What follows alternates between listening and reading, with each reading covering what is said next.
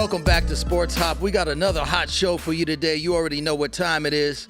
And I got my man, my player partner, my big homie Kapeash is back in the building. What's up, family? How you feeling, bro? We back, as always, man. You already know what it is, man. It's your boy Kapeash, Pizza Boy Fresh. We back live in the building. Sports Hop Media Podcast. What's the dealie? Well, the dealie is, man, you got some new kicks that you want to introduce, man. So you on the couch again for a second time. Yep. Let's start with these Jordan 4 Military Blacks. Tell them what time it is. Man, these shoes, super dope release, super dope shoe. Let me get these shoes real quick. Yeah. So Military 4 Blacks, these are real dope shoe. This is the only time that this shoe came out in this colorway. These dropped a few months back. Super dope shoe. You can match basically with anything. Black, little bit of gray, white. I mean, this shoe all around is a hot shoe. Look at that shoe. It retails for about $200. Right. And these flip for like $400. Really, So double up. Double up your money. Right. And I mean, this shoe, look at this. I mean, who's It's got not a gonna clean wanna, look. Very clean look, very clean look. Right. Perfect for balling. And now this makes like the Jordan 4 pretty much the most popular 4 of all time. You know what I mean? Like, seriously. First it was the 1s. Now the 4s are making a comeback with all their colorways. Very popular shoe, and a lot of people wanted to cop these. I got lucky, got a few pair of these. And yeah, man, this is a super exclusive shoe. And I had to make sure I secured the bag with these. Pop's got a pair, I got a pair. You already know the deal. The whole family getting laced up, right? Exactly. So you gonna let those go, fam? Or you gonna hold on to them and rock them? What's happening? These aren't for sale. Yeah, these are also personal. I am not letting these go at all. I love the suede. They got a nubuck suede. They got the leather. They got the the traditional little stitching right here. So I mean, this is really a dope shoe. Not for sale, but for the sneakerheads, this is a must cop. You got to get this in your collection. No cap. This is a super Mandatory dope shoe. cop. Mandatory cop. You know what I'm saying? Little soft suede on the inside. Love the shoe. Let's get a close up right there. Boom. Look at that. You can't go wrong with this shoe. Military black, Jordan 4, hot shoe. I'm copping these, keeping these copping all day long. You already know the deal. Those are fly. Yes, sir. Now, was it an easy cop? I mean, were you waiting in line for a minute, or did they kind of fall into your lap? Sheesh. Tell them what time it is. These, I think I want to say I hit on the sneakers app. Okay. So these were shipped to my front doorstep. I didn't have to do anything for these. You didn't have to leave the crib. No, I didn't. These were shipped to my front doorstep. But I did cop a few more pairs off of Foot Locker app and just grinding, you know what I'm saying? Right. Private sneakers had a first come, first serve, stuff like that, you know what I mean? But these went up in value. These, when they dropped, they were like I think 280, 300. And then as time went by, these just skyrocketed 450, depending on the size you get. So I had to secure my bag. I had 2 10s, I sold the other one, and then now I'm just collecting. You know what I'm saying? But yeah, I'm gonna debut these. I'm gonna probably rock these for sure pretty soon. Okay. Here. You know what I'm saying? I'm gonna swarm today, but I figure, hey, we need these for the podcast. I'm not mad at it. Okay. Yes, sir. So, Well, let's go ahead and pivot to the Yeezy 350s, the Turtle Doves. Tell them what's happening with those. Turtle How'd you come up Doves. on those? That's a good question. These Turtle Doves, I came up on these through a friend of mine that got these off the Confirmed app, Adidas. Confirmed app. Now, these shoes right here originally debuted in 2015. This was the very first Kanye West shoe when he made the switch from Nike, is falling out with Nike, to Adidas. Right. So these dropped in 2015, and these only dropped, be real, listen to this real closely. These only dropped in solid sizes the first drop. So if you got a 10.5 like years back in 2015, that was a fake shoe. They only dropped in solid sizes. It was a 9, a 10, an 11, a 12. Yeah, there was no half sizes. So now the second drop, they did half sizes now. So if you got any of the, half sizes before, those are fake. But these are the remake of the original 2015 version. This is the 2022 version. And this shoe right here, the originals go for about $1,000 to $1,200, and these ones right now are about $400 or $500. You know what I mean? So I like the shoe. It's a super dope shoe, real comfortable. Light. Real light. Real Yeah, real light. It's a Yeezy Boost. You know what I'm saying? And real comfortable. Goes with anything. Kind of a crazy looking color. Right. You also got to look for, the stitching. They did the stitching right here. If you look closely, it's a little off. It's not a straight stitch. It's a little off. They did that for authenticity. And then you can see right here the stitching too. It goes up toward the end. You want to make sure that's how you can tell if they're real or not, because all the fakes, they just go straight across. These go up at the end.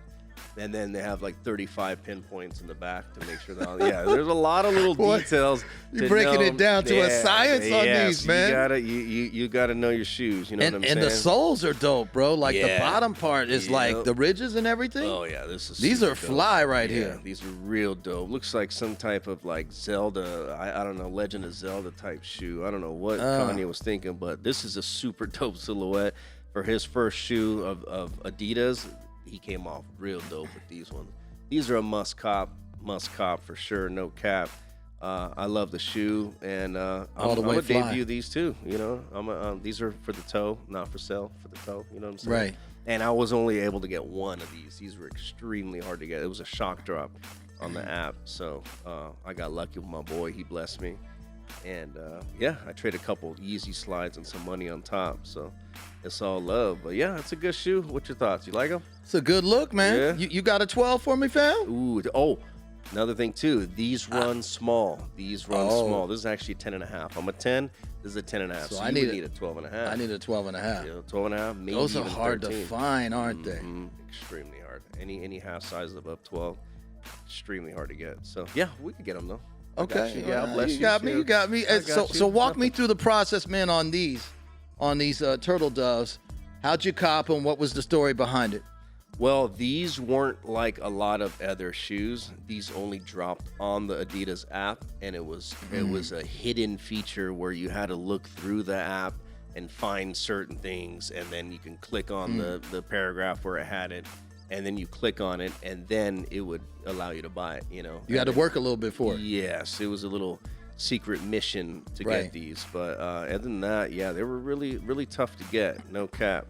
You know what I'm saying? But yeah, I'm definitely gonna wear these. You know, some jeans, a nice fly T-shirt.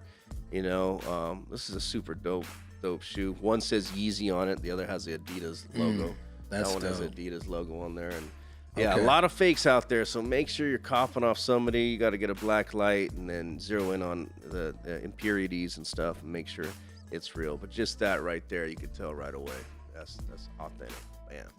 That's all the way official, man. Yeah, all the way official. That's a good look right there, man. You already know. Boom. Yeezy 350 boost right here. Turtle doves. Bam.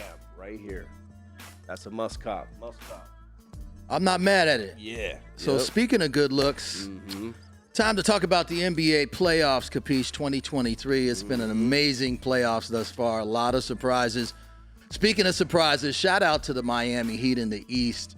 I got to keep it 100 because, honestly, they were in the play-in tournament. They were not even seeded. They were not even guaranteed to get in. They got in. They knocked off the number one seed, Milwaukee Bucks, clearly outplayed Giannis and them boys, got Mike Budenholzer flushed down that toilet and fired, like we mentioned on the last show. Yep. And they took game one from the Celtics. I'm really impressed with their ball movement. The perimeter shooting has been great. I mean, they are just playing lights out. And it all goes back to coaching and Jimmy Butler's leadership. I mean, career playoff averages, Kapeash, 32 points a game. I mean, 7 assists, 5 rebounds. He's had a phenomenal year, and he's a big-time, prime-time player because a lot of cats can step their game up during the regular season, but Jimmy Butler, he just goes to an extra level during the postseason. You know, playoff Jimmy is in full effect. So every time I think they're out, I think that Miami's not going to do it. They prove me wrong. That's a fact. Jimmy Butler with 35 points, 6 assists. He was crushing last game, crushing. And then to take them out at their own home, you know, like that game was neck and neck the whole time. They had it. I mean, Boston had it, I would say, at least till halftime. And then third quarter, that's when Miami Heat started coming back and crushing the game and took it home. Miami scored 46 points in the third quarter. 46 points in the third quarter. That's the second highest output in Celtics history that they gave up in a third quarter of a game. But, you know, back to Miami, I mean, coaching matters. Playoff pedigree matters. I say this all the time. Eric Spoelstra, shout out to him, one of the most underrated coaches of all time. He knows how to handle in-game adjustments, Kapeash. He knows how to motivate his team. Player communication, player empowerment is important. So I'm worried about Boston. I mean, right. I mean, at this point, I'm going to just keep it real with everybody watching the show, no cap. I think Miami is going to the NBA Finals. You heard it here. I agree. Your boy Mack agree. B. I got to confess, agree. because I slept on them boys for weeks. I never even thought Miami had a chance during the regular season. But with the coaching, the perimeter shooting, Jimmy Butler's leadership, I think the Heat are headed to the NBA Finals. I hope they're playing our Lakers, right? But that remains to be seen. But I do want to also talk about Boston and go back to Joe Mazzulla, okay? He's a first-year coach with the team, youngest coach in the NBA. He's definitely showing his youth as of late. How do you let a team score 46 points on your own home court and you don't call a timeout the whole time? Oh. You don't stop the run. I'm like, I have zero coaching experience, and even I know if another team has the momentum in that direction, you got to stop the run. You got to facilitate a timeout. You got to get in players' faces. You got to let them know. His reaction was, well, I just wanted us to play through the run. How are you going to play through the run? I mean, that's just not happening, right? I think what he should have done is did some early timeouts, like right when they were starting to get above a few points, timeout right away, reset, let's go back and on the court and show them how it's done. Right. But no timeouts with the whole half, the first half, that's a super bad look, and that does show young coach's ability to not make good moves like that. So I would have done it right away. The second they start, because it was neck and neck. The first half, it was like neck and neck. And then, like, third quarter, that's when Boston had the lead at half. They were up by 9 and a major transition in a swing in the third quarter. And they asked him after the game, like, you know, what were his thoughts on you know, what happened and everything and how it went down. And I'm quoting him verbatim, he said, well, I thought we were well prepared, but, you know, we let go of the rope. And I'm like, Joe, you had the scissors, homie. You cut the rope. That's a fact. You cut the rope, man, and you actually assisted them in that process. So no in-game adjustments, no player reaction in terms of interacting with the players, showing leadership, particularly at pivotal moments, right? So his youth and his inexperience is showing, particularly in this series. If he doesn't turn things around, Boston is going to be on the couch like we are, right? That's a fact. They're going to be at home watching. They're not going to be headed That's a fact. back to the finals. So I am concerned on what's going on with him. And he always seems to have this edginess with the media, right?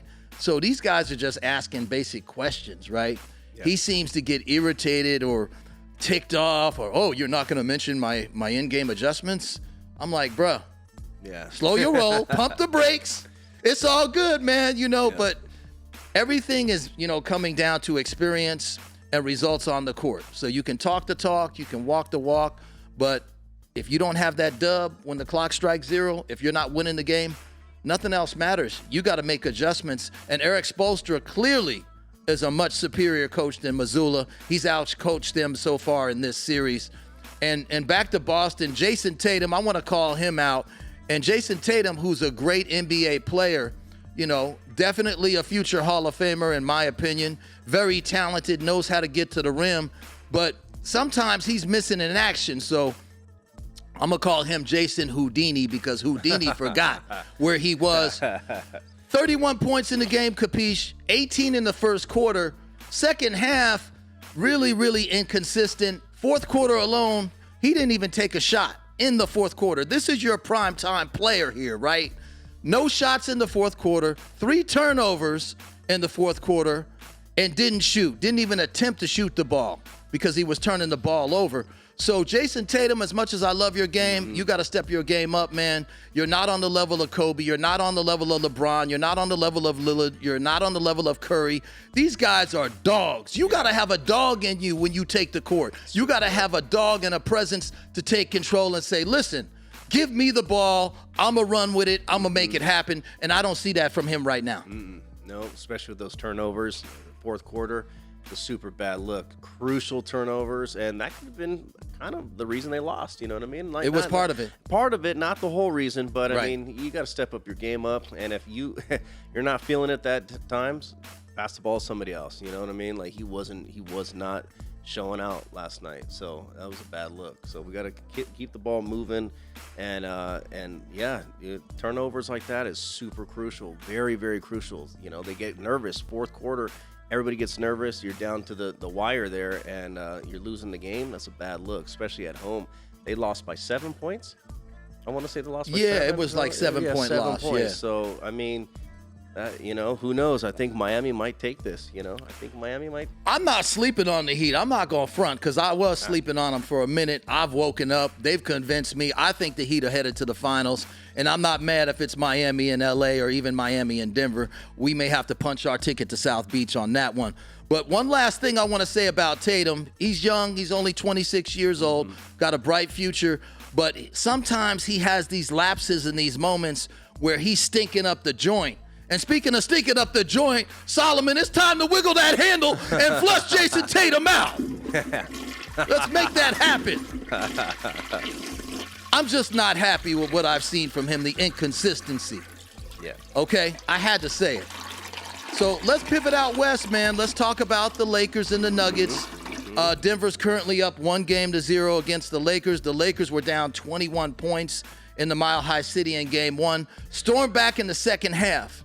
Had a great game in the second half. Came back, stormed back, and they were down by 1 shot. They were only down by 3 points. They were down by 20. Now we're down by 3. We almost had that. That was a close call. I mean, we can't get burnt out like we were talking about earlier. You know, fourth quarter, they had a little bit of momentum in the fourth quarter, they would have been up by the first quarter. By the time the fourth quarter came through, it would have been an easy dub, easy dub. But for us to lose like that, I think we got this for sure. Well, they expended a lot of energy coming back, right? When you get down by 20-plus points, it takes a lot of energy, not only physical, but mental makeup, right? To come back into the game and claw your way back. And they ran out of gas in the fourth quarter. But, there were some great adjustments that Darvin Ham did, particularly in the second half, where he switched Anthony Davis off of Jokic, and he had Rui Hachimura on Jokic. And it was a limited scope. We only saw maybe like a quarter of that, but it did look good in terms of him limiting Jokic's touches. Jokic did not have the dominant game when Rui Hachimura was guarding him. So shout out to Darvin Ham for that in-game adjustment. LeBron was LeBron. Anthony Davis on the offensive end had a great game. I mean, 40 points. I believe he had 10 rebounds, had a few assists. So he was phenomenal. He couldn't be stopped. But, the Joker, Jokic is one of these guys, man. He's 7 feet tall, and he's not the most athletic kind of a guy, but he just knows how to get to the rim, and he knows how to facilitate the assist, and he can shoot from the outside, and he can handle the ball. And I've never seen nothing like it. So shout out to Jokic, shout out to the Nuggets and Coach Malone. They got Game 1. I think the Lakers are going to bounce back, and I think they're going to take Game 2. I think it's a very pivotal game, and they need to win it. But if they come back to L.A. and they protect their home court and they tie it up here in L.A., I'm not mad at that either, right? And speaking of Darvin Ham, Kapeash, I got to give him a shout-out, man, because the Lakers started the year, they were 2-10. They had an unbalanced roster. They had Westbrook on the team. They had some other players. It just wasn't working. There was no chemistry. To go from being 2 wins and 10 losses in the first 2 weeks of the season to making the play-in tournament, and now you're on the verge of the finals. You're in the Western Conference Finals. Darvin Ham is the coach. He is the man for that team. Shout out to Rob Pelinka. Shout out to Jeannie Buss. And Rob Pelinka played a key role in that, particularly after the All-Star break with the acquisitions of Rui Hachimura, D'Angelo Russell. They finally got Austin Reeves involved. And Austin Reeves has been playing very well. And he's a young player, but I can't say enough about his play on the court. I think they need to play Lonnie Walker more. Rui Hachimura defensively. LeBron will always do LeBron-like things. So I'm proud of my Lakers. I think we're going to take Game 2. It remains to be seen, Kapeash, but I feel pretty confident about that. And Game one other 2 thing. tonight. Yeah, exactly.